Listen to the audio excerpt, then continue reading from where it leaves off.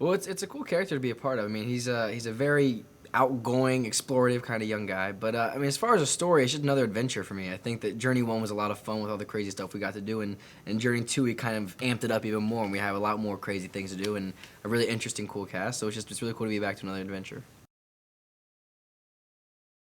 Well, what happens is I tell him that I want to go off to Palau and discover this island. And he says, "There's no way. You're 17. I can't let you go by yourself." And so I'm all mad about that. And the next day he comes in and says, "All right, we're going to Palau." And I'm like, "Wait, we? What do you mean we?" And so he actually ends up coming on the adventure with me. And we get in this rickety old helicopter that we find, ran by Luis Guzman, which is scary, and Vanessa Hudgens, of course. Hank is Dwayne, of course, Dwayne Johnson, who's awesome. He's so big, so tall, so strong, so manly. But you know, he's as big and intimidating as he looks physically. He's like a gentle giant. He's such a nice, funny, charismatic guy, and he just kind of, I don't know, makes you love him. And so I think he has a real likability about him that the audience is going to really respond to.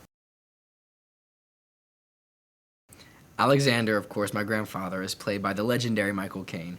When I heard he was doing this, I was just, oh my God, blown away. Like, Michael Caine is a legend, and so he has such a charm about him, like Dwayne does, with his British accent and everything. And you know, he brings such a real level to this movie because he has done so much and is so well respected in the industry that it kind of really solidifies our cast, I feel like.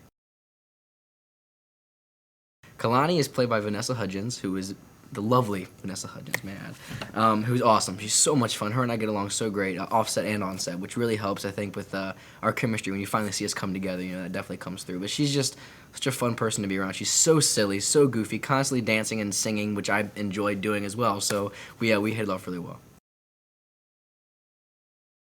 This movie is a very physical movie. Throughout the entire thing, even if it's not a stunt-oriented scene, we're probably climbing up some sort of mountainside or walking in some treacherous routes where you could easily like twist an ankle or fall on flat on your face, which I've done multiple times actually. But yeah, we have some crazy stunts. I have this one where I'm running from the lizard and I'm running down this log, and the lizard smacks the backside of it, which like catapults me into the air, and I was actually on wires, and I did like this 25-foot like big thing through the air and hit the ground and stuff. So it's a lot of physically demanding stuff on the show. We had to get scuba certified for some of our underwater stunts as well, so it's a big process. We shot the first leg of the movie in Hawaii, which was amazing.